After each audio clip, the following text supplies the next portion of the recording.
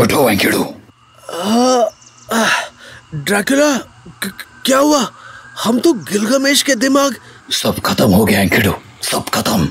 क्या मतलब Gilgamesh? Relax, वैसा खत्म नहीं जैसा तुम सोच रहे हो। मतलब तुम क्या बोल रहे हो? सही सही बोलो, मुझे कुछ समझ नहीं आ रहा है। अपनी आंखें खोलो और उधर देखो। ड्रैकुला ने जिस तरफ इशारा किया था एनकिडू ने उधर देखा और उसे सब समझ आ गया। वो लोग वापस आ चुके थे और उसके सामने पेड़ के नीचे गिलगामेश बैठा हुआ था, जिसे देखकर ऐसा लग रहा था जैसे कि वो एक लंबी नींद से जागा हो। कांग्रेचुलेशंस एनकिडू, हमने कर दिखाया। गिलगामेश यश के ट्रैप से बाहर निकल आया है। जीनत हार चुकी थी और वो तीनों एक बार फिर ओनवावा के जंगल में पहुंच चुके थे, लेकिन कुछ बदल गया था और वो बदलाव एनकिडू की आंखों में साफ झलक रहा था। क्या हुआ एनकिडू? क्या सोचने लगे तुम? कुछ नहीं, चलो अब आगे चलते हैं। ओनवावा को ढूंढकर ये कहानी खत्म करते हैं। एनकिडू उठा और बिना गिलगामेश से कुछ बोले आगे बढ़ गया। ड्रैकुला उसका ये बिहेवियर देखकर हैरान था, लेकिन उसने कुछ बोलना जरूरी नहीं समझा। उसने गिलगामेश की ओर देखा जो कि अब पूरे होश में आ चुका था, लेकिन उसने इन दोनों के बीच में ना पड़ने का डिसीजन लिया। एनकिडू किसी बात पर गिलगामेश से गुस्सा है। शायद ये उस मिरर में उसने जो कुछ भी देखा उसके रिलेटेड है। खैर, मैं इन दोनों के बीच नहीं पड़ूंगा। मुझे बस अनीता को ढूंढना है और जल्दी। गिलगामेश, आगे चले। मैं कितनी देर से सो रहा था। चलते चलते बात करते हैं, तुम्हें बहुत कुछ बताना है, पर अभी थोड़ा जल्दी करे। ठीक है, चलो ओनवावा को ढूंढा जाए। एक बार फिर तीनों योद्धा ओनवावा की तलाश में आगे बढ़ गए और इस बार की खबर ओनवावा तक पहुंच चुकी थी। बहुत अच्छे, मैं जैसा चाहता था वैसा ही हुआ। अब आएगा मजा। ओनवावा न जाने किस बात की खुशी मना रहा था और ये सवाल उसके पास कैद में बैठे अनीता के दिमाग में भी घूम रहा था। तुम खुश क्यों हो रहे हो? तुम्हें तो दुखी होना चाहिए। आखिर तुम्हारी प्यार जीनत हार जो गई। ना गिलगामेश को कुछ हुआ और ना ड्रैकुला को। अनीता का सवाल सुनकर ओनवावा के चेहरे पर एक अजीब सी हंसी फैल गई, मानो वो उसकी मासूमियत पर हंस रहा हो। तुम बहुत ना समझ हो लड़की। तुम्हें क्या लगता है ये कहानी इतनी सरल है? ना ना ना, जो मैं करना चाहता हूँ उसे समझने के लिए तुम्हें बहुत दुनिया देखनी होगी।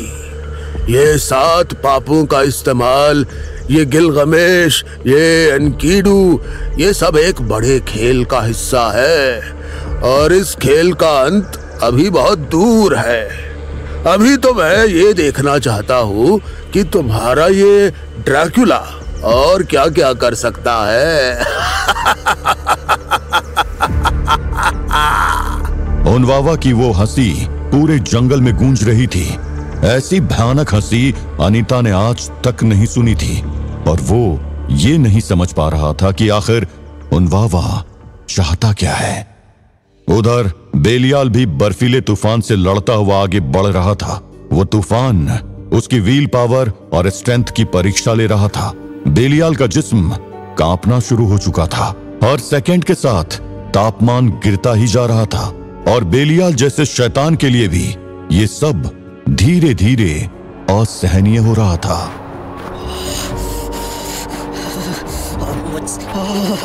अब मुझसे सहन नहीं हो रहा है। ये तूफान बहुत ज्यादा ठंडा है। मुझे तो लग रहा है कि मेरे अंदर का खून तक फ्रीज होना स्टार्ट हो चुका है, पर मैं पीछे भी नहीं जा सकता। आखिर मैं करूं क्या? हे लूसीफर, मेरी हेल्प कीजिए। बेलियाल ने लूसीफर को आवाज दी, मगर भला उस तिलिस्म में लूसीफर क्या ही कर सकता था। कोई फायदा नहीं, लूसीफर यहाँ कुछ नहीं कर सकता।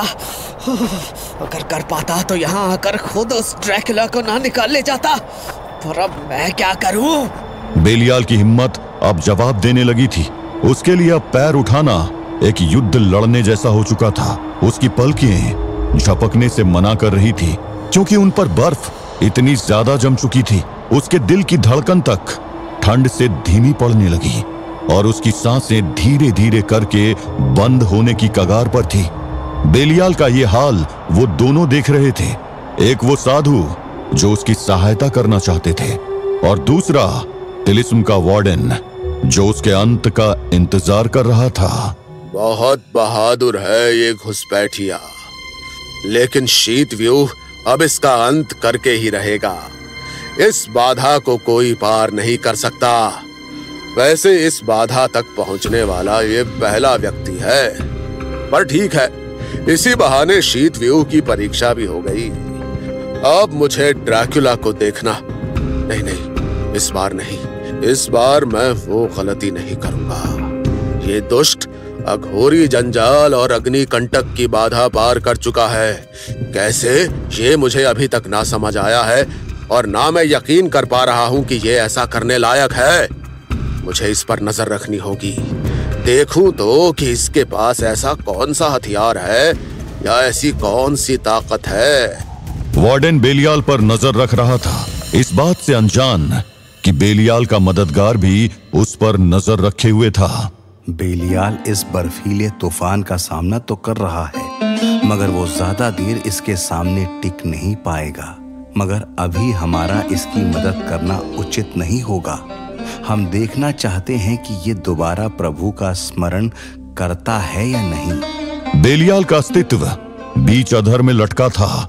आगे क्या होगा ये तय नहीं था, लेकिन उधर शिवनेरी का आने वाला भविष्य तय हो चुका था, क्योंकि रात के अंधेरे में बापूराव के नेतृत्व में मराठों की वो छोटी सी सेना शिवनेरी को आजाद करवाने आगे बढ़ रहे थे।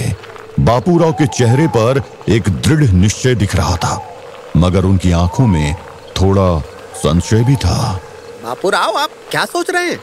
बापूराव, क्या गणपत, तुमने कुछ कहा क्या? बापूराव, जब से आप लेनियाद्री से लौटे हैं आप बहुत कम बोल रहे हैं।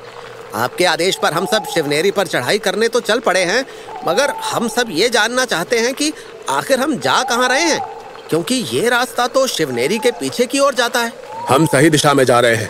शिवनेरी के पीछे से एक रास्ता है, थोड़ा दुर्गम है, मगर उस रास्ते से हम सीधे किले के अंदर पहुंच जाएंगे। बापूराव के कदम संभाल के पड़ रहे थे। हर पेड़ और झाड़ी जैसे उनकी आंखों के सामने एक दुश्मन बनकर उभर रही थी। गणपत ने पीछे मुड़कर देखा। दो और सैनिक, पाटिल और जीवाजी, चुपचाप मगर तैयार थे। सबके चेहरों पर चिंता थी, लेकिन आंखों में एक ही सवाल था, हम जा कहां रहे हैं? कुछ तो है यहाँ। और तभी अंधेरे में से कुछ परछाइयां झाड़ियों से निकली। अंग्रेज सिपाही 50 थे, सुर्ख लाल यूनिफॉर्म में, हाथ में बंदूक। उनका इरादा साफ था, शिवनेरी के इस पिछले रास्ते को सुरक्षित करना। Halt! Who goes there? हम मराठा हैं, रुकते नहीं, दुश्मन को चीर कर आगे बढ़ते हैं।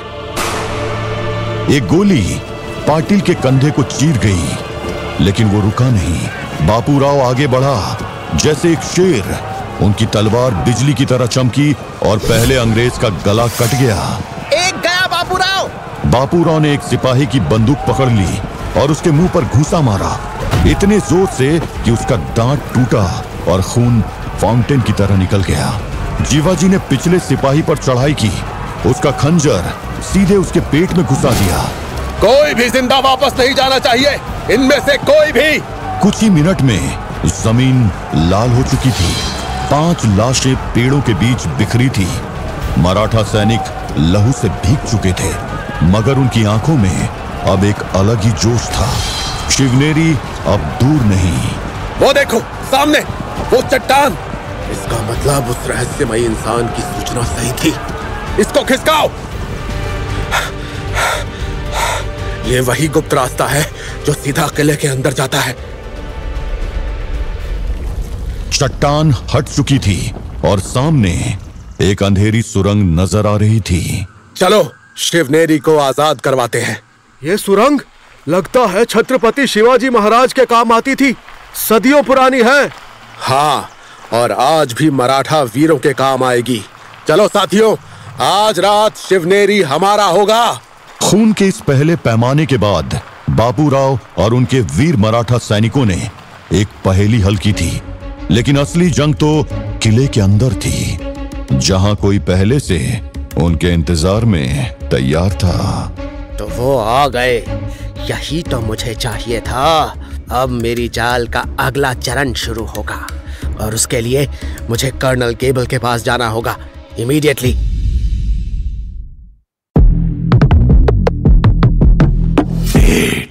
बेलियाल का शरीर अब ठंड के समुद्र में डूबता जा रहा था। हर एक सांस उसके लिए एक जंग बन गई थी। शितव्यू की बर्फ उसके हाथों, पैरों, सीने और चेहरे पर जम चुकी थी और अब उसके नथुनों से निकलती सांस भी धुंध बन चुकी थी। ऐसा लग रहा था जैसे मौत उसके साथ आराम से बैठ गई हो। बस अब और नहीं, ये अंत है क्या? बेलियाल अब शितव्यू के बीचों बीच पड़ गया था। उसकी आंखें आधी बंद थी और उसका मन एक अजीब अंधेरे में डूब रहा था। उस अंधेरे में सिर्फ उसकी पहचान का बोझ था, एक शैतान जिसे आज तक कभी किसी देवता के सहारे की जरूरत नहीं पड़ी थी। मैं अब और नहीं टॉलरेट कर पाऊंगा। लगता है ये तिलिस्म मेरी जान लेकर रहेगा। बेलियाल की इच्छा शक्ति जवाब दे चुकी थी, पर तभी उसके दिमाग के अंदर एक आवाज गूंज उठी। राम का नाम लो बेलियाल, सिर्फ एक बार। राम नाम में वो आग है जो इस शीत वायु की ठंड को काट सकती है। नहीं, मैं एक शैतान हूँ। मैं किसी और के नाम को कैसे पुकार सकता हूँ? और कौन है ये राम? बेलियाल तड़प रहा था, लेकिन उसके अंदर का शैतान अभी भी जागा हुआ था। राम राम तेरी मदद नहीं करेंगे बेलियाल। तू एक शैतान है। You are a demon. तेरी लॉयल्टी लूसीफर की तरफ है। लूसीफर का नाम ले, लूसीफर का। पर मैं मर रहा हूँ और लूसीफर का नाम लेने का कोई फायदा नहीं है। वो मेरी हेल्प नहीं कर सकते। यहाँ और कोई नहीं है। अगर सच में राम का नाम लेने से मैं बच सकता हूँ तो मुझे उसे पुकारना होगा। बेवकूफी वाली बात मत कर बेलियाल। तेरे नाम लेने से भी कुछ नहीं होगा, क्योंकि तू राम में मानता ही नहीं है। तुझे तो ये भी नहीं पता कि वो है कौन। चुपचाप अपनी डेस्टिनी को एक्सेप्ट कर ले। अगर आज तुझे मरना ही है तो मरते टाइम अपनी लेगेसी मत खराब कर। मेरी लेगेसी? पर क्या है मेरी लेगेसी? तू बेलियाल है। तेरे नाम से लोग डरते हैं। तूने लूसीफर के लिए ना जाने कितने काम किए हैं, कितनी वॉर्स फाइट की हैं, कितने लोगों की जान ली है। ये तेरी लेगेसी है बेलियाल। कैसी लेगेसी है ये? मेरे मरने के बाद क्या कोई मुझे याद भी करेगा? और अगर करेगा तो क्यों? कहते हैं मौत के पास आकर बड़े से बड़े शैतान को भी अपनी गलतियों का एहसास होने लगता है। आज बेलियाल भी उसी दौर से गुजर रहा था और उसके मन के अंदर एक युद्ध शुरू हो गया था, उसके अंदर के शैतान और उसके अंदर पनप रही सात्विक ऊर्जा के बीच। अरे याद करेंगे ना? तेरा नाम होगा, लोग तुझसे डरेंगे। तेरी कहानियां सुनाकर छोटे बच्चों को डराया जाएगा, जैसे रावण का नाम लिया जाता है। रावण, वो नाम सुनते ही जैसे बेलियाल के अंदर कुछ बदल गया और उसने फैसला कर लिया। रावण? हाँ, रावण यही तो नाम था जिसके बारे में सुना था। मगर उसको लोग याद नहीं करते, उसके पुतले जलाते हैं। They burn him each year to celebrate his death. वो कोई लेगेसी नहीं है, और अगर है भी तो वो इसलिए क्योंकि उसका अंत राम ने किया था। याद आ गया, ये नाम मैंने कहाँ सुना था। उसी ने तो रावण को साल्वेशन दी थी। लेगेसी रावण की कभी थी ही नहीं, लेगेसी तो उसकी थी। नो, ऐसा मत कर बेलियाल, ऐसा मत कर। लेकिन अब बेलियाल के मन का युद्ध समाप्त हो चुका था। उसके मुंह से एक बार फिर वो नाम निकला, लेकिन इस बार किसी और ने वो नाम नहीं बुलवाया। इस बार किसी रिफ्लेक्स में उसके मुंह से वो नाम नहीं आया। इस बार उसने वो नाम पूरी शिद्दत से लिया। और उसके गले से एक पुकार भरी आवाज आई, राम राम। जब बेलियाल ने राम का नाम लिया उसका पूरा शरीर कांप उठा, लेकिन इस बार ठंड से नहीं, एक गर्म ऊर्जा उसके रगों में दौड़ गई, जैसे कोई आग उसकी हड्डियों में भर गई हो। शीतव्यू की बर्फ जो उसके आसपास थी वो धीरे धीरे पिघलने लगी। ये क्या हो रहा है मुझ में? ये नाम, इस नाम में कुछ है। उसका दिल अब दोबारा धड़कने लगा था, पहले धीमे फिर तेज। उसके गले से एक और राम निकला, फिर एक और फिर एक और। राम राम राम। ये असंभव है। शीतव्यू कभी किसी को ऐसे नहीं छोड़ता। ये तो जैसे किसी ने उसकी रक्षा की हो, लेकिन कौन? वार्डन की आंखें फट गई थी। उसने बेलियाल के शरीर के चारों तरफ एक प्रकाश रेखा देखी, जैसे कोई अनजान ऊर्जा उसका नेतृत्व कर रही हो, एक ऐसी शक्ति जो इस लोक में बिना जाने नहीं आ सकती थी।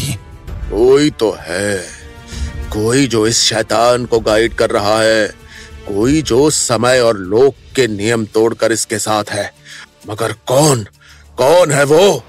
बेलियाल अब उठ चुका था।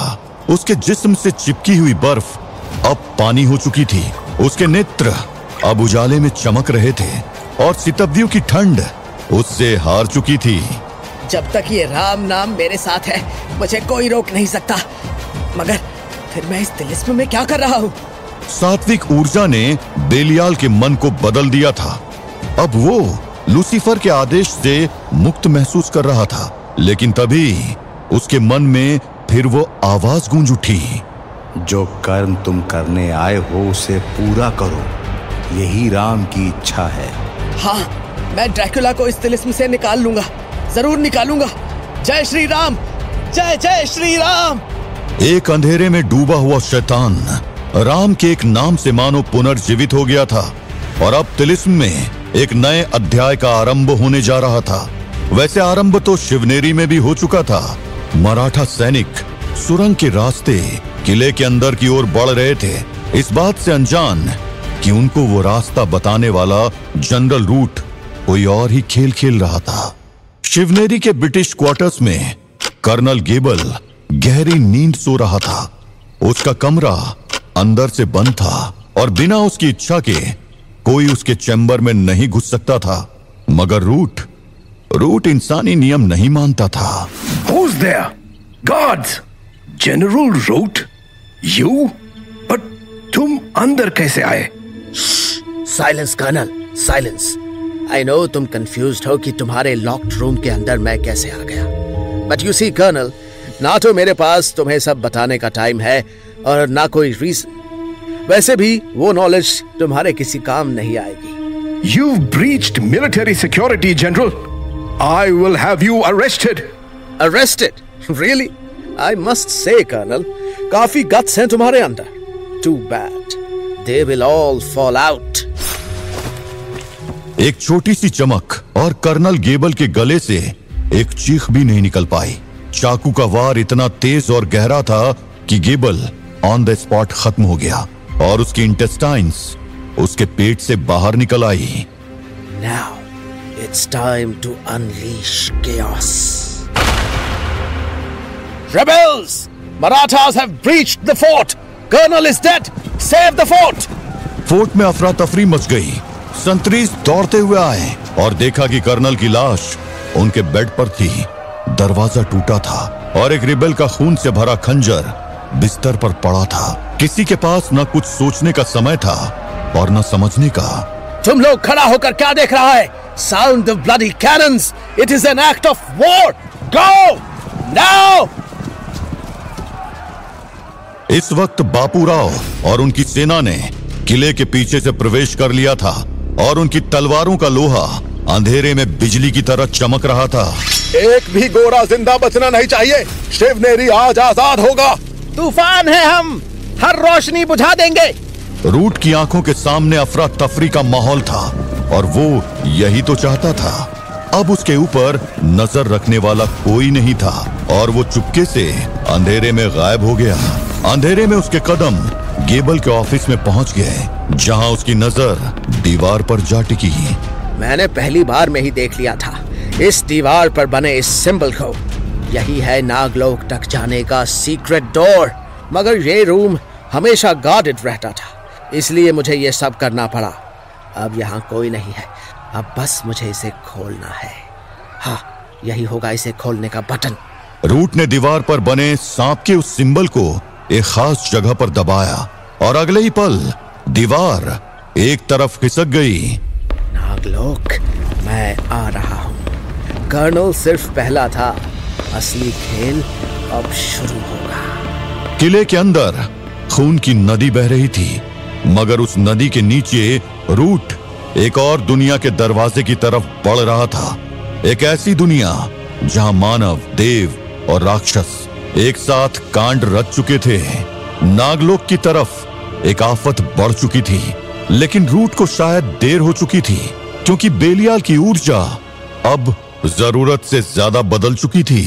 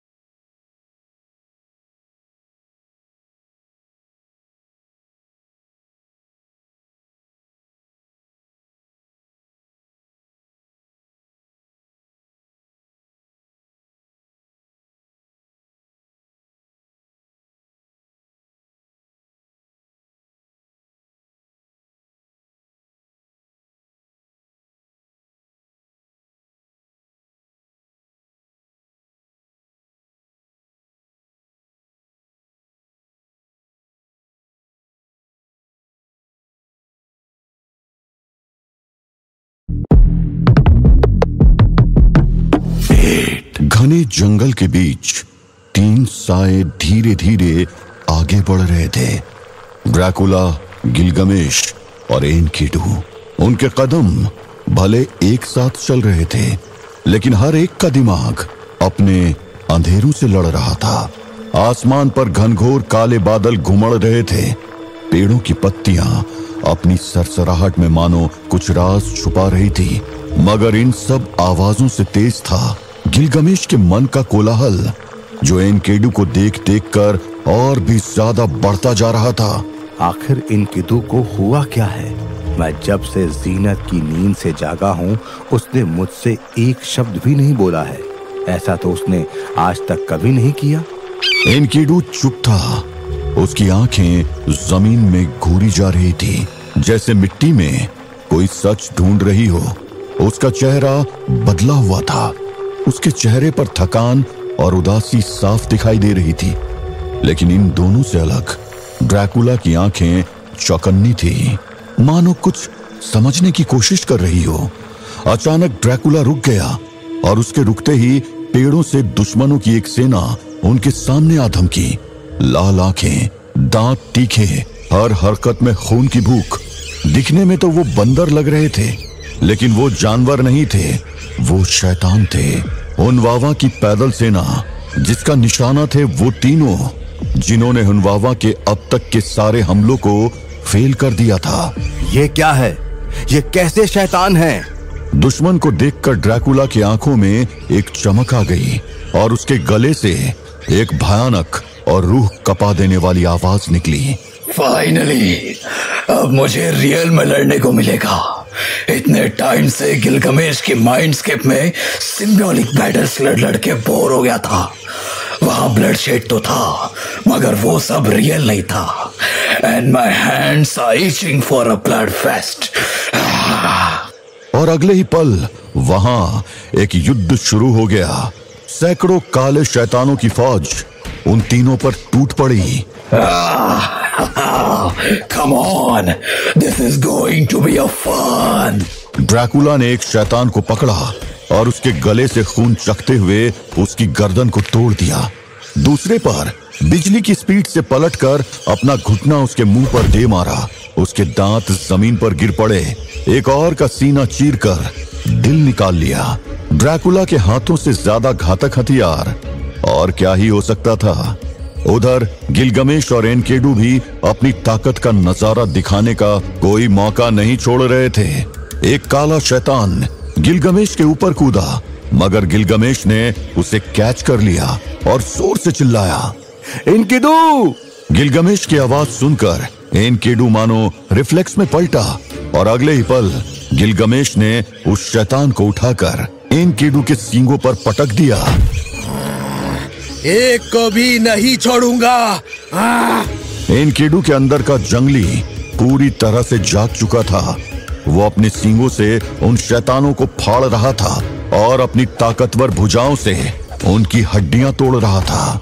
तीनों मौत के परकाले बने हुए थे, मगर उन तीनों में भी सबसे ज्यादा खतरनाक था अंधेरों का राजा ड्रैकुला। उसने ऐसा कत्लेआम मचा रखा था कि जंगल का कोना कोना उन शैतानों की चीखों से गूंज रहा था। उधर एनकेडू और गिलगमेश एक टीम की तरह लड़ रहे थे। चारों तरफ की मिट्टी खून से लाल हो चुकी थी। कमाल कर दिया एनकेडू, बिल्कुल पुराने दिनों की याद ताजा हो गई। सैकड़ों काले शैतानों की वो फौज बस कुछ मिनट्स में खत्म हो चुकी थी। जंगल में अब सिर्फ उन तीनों की सांसें गूंज रही थी। लाशें बिखरी हुई थी। ड्रैकुला एक लाश के ऊपर झुका हुआ था और उसका खून चख रहा था। वो टेस्टलेस, इनका ब्लड भी इनकी तरह करप्टेड है। उधर गिलगमेश एनकेडू के साथ लड़कर बहुत खुश था। मजा आ गया दोस्त, क्यों एनकेडू? पर एनकेडू कुछ नहीं बोला। पीठ घुमाकर अपने पैर घसीटता हुआ जंगल में चला गया। एनकेडू, आखिर ऐसे हुआ क्या है? तुम्हें कुछ पता है क्या? गिलगमेश ने ड्रैकुला की तरफ देखा। ड्रैकुला चुप था, खून पोंछता हुआ अंधेरे में कुछ सूंघ रहा था। अनीता, मुझे उसकी महक आ रही है। इसका मतलब वो यही कहीं आसपास में ही है। ड्रैकुला ने गिलगमेश की बात पर ध्यान ही नहीं दिया। वो बस आगे बढ़ता चला गया। जंगल की हवा और ठंडी हो गई थी, मगर उससे ज्यादा ठंडी पड़ चुकी थी गिलगमेश और एनकेडू की दोस्ती। गिलगमेश कुछ देर खड़ा एनकेडू और ड्रैकुला को आगे जाते देखता रहा और फिर वो भी उनके पीछे पीछे आगे बढ़ गया उन वावा की ओर। उधर शिवनेरी में अफरा तफरी मचाकर रूट उस सीक्रेट सुरंग के अंदर घुस चुका था और संभलते हुए जमीन के नीचे गहराई में बसे नागलोक की ओर बढ़ रहा था। मुझे नहीं पता कि नागलोक में मेरे सामने क्या ऑब्स्टेकल्स आएंगे, पर एटलीस्ट वहां मुझे रिस्ट्रेन के साथ एक्ट नहीं करना होगा। मास्टर लूसिफर ने कहा था कि मुझे ये मिशन बिना ज्यादा ब्लड शेड किए करना होगा। ही डजंट वांट कि लोग मेरे बारे में जाने। बट इन नागलोक मुझे इन सब की कोई टेंशन नहीं होगी। I will be free to hunt and destroy. Wait a minute, क्या इस टनल की वॉल्स में अभी मूवमेंट हुई? रूट अलर्ट हो चुका था, मगर अब बहुत देर हो चुकी थी। अचानक से वो साउंड्स और प्रोमिनेंट हो गई।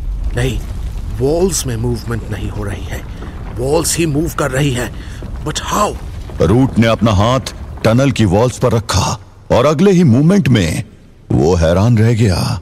स्ट्रेंज, आई रिमेम्बर कि टनल की वॉल्स सॉलिड रॉक की बनी थी, पर अभी ये इतनी सॉफ्ट क्यों फील हो रही है? Almost like flesh and muscles. Wait a minute, ये मूवमेंट, ये टनल की वॉल्स का बदल जाना, ये सब तो एक हिंट दे रहा है।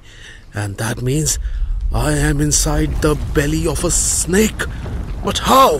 रूट की उस हाव का जवाब तो वहां किसी के पास नहीं था, और वैसे भी रूट वहां अकेला था। लेकिन रूट के शातिर दिमाग ने बहुत तेजी से खतरे का एनालिसिस कर दिया।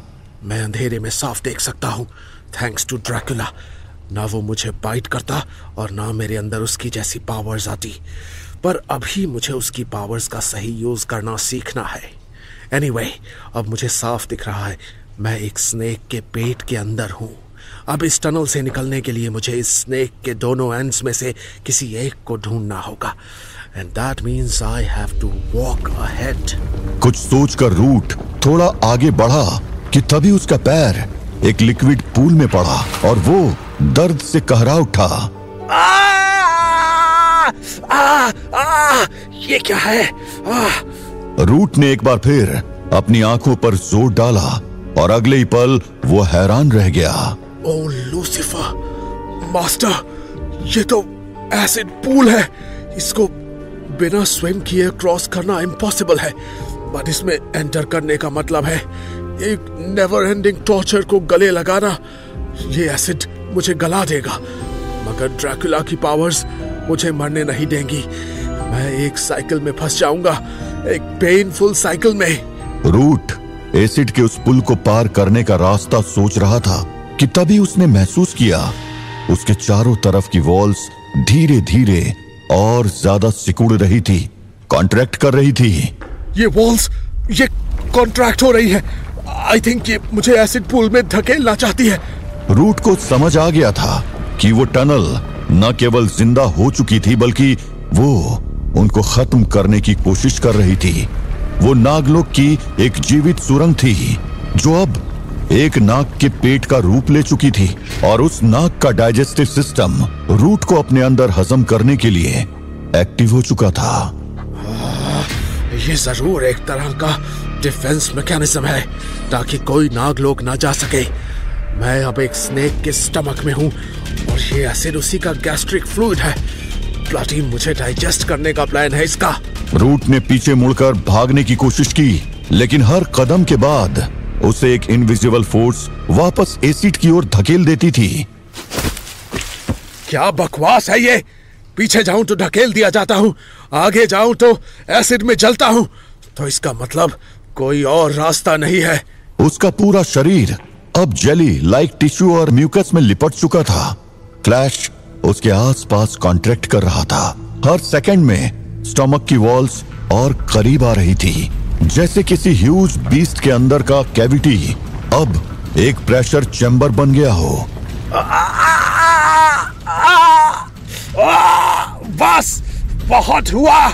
रूट के अंदर का प्राइमल रेज उभर आया। ड्रैकुला की बाइट से मिले हुए पावर्स अब उसके अंदर बॉयल कर रहे थे। उसने अपने हाथों में क्लॉथ समन किया और गुस्से में उन वॉल्स को फाड़ने लगा। खाएगा मुझे, डाइजेस्ट करेगा। तू समझता क्या है अपने आप को? हर एक स्लैश के साथ वॉल से थिक ग्रीन ब्लड और स्लाइमी मसल्स टिश्यू उड़ता जा रहा था। रूट के हाथ, उसका छाती, उसका चेहरा सब ब्लड और एसिड से सना हुआ था, लेकिन वो रुक नहीं रहा था। वो एक रेज फिल्ड बीस्ट बन चुका था। आखिरी बार रूट ने अपना पूरा शरीर जोड़कर एक फाइनल पुश दिया और उस जीवित सुरंग के वॉल को चीरकर बाहर निकल आया। वो बाहर गिर पड़ा, सांस ले रहा था, लेकिन उसकी हर सांस म्यूकस और खून से भरी थी। पर अब वो स्टमक के अंदर नहीं था, वो एक नई जगह में पहुंच चुका था। I made it. मैं जिंदा हूं और अगर मेरा सोचना सही है तो मैं अपनी डेस्टिनेशन पर पहुंच चुका हूं। रूट ने आसपास देखा। नीचे जड़े हुए काले पत्थर, आसमान में कुछ भी नहीं था, सिर्फ घूमता हुआ पॉइजनस गैस का फॉग और हर जगह स्नेक्स, स्टैच्यूज, एंशिएंट कार्विंग्स। एक अलग ही दुनिया थी। थम जा, अपने आप को हमारे हवाले कर दे आगंतुक। तूने नागलोक में घुसपैठ की है। रूट तुरंत अलर्ट हो गया। उसकी आंखें उस धुंध में किसी सिलुएट को पहचानने की कोशिश कर रही थी और फिर उसकी आंखों को दिखाई दिया वो 3 साएं। रूट का नागलोक का सफर अब स्टार्ट होने जा रहा था और ये सफर आसान नहीं होने वाला था।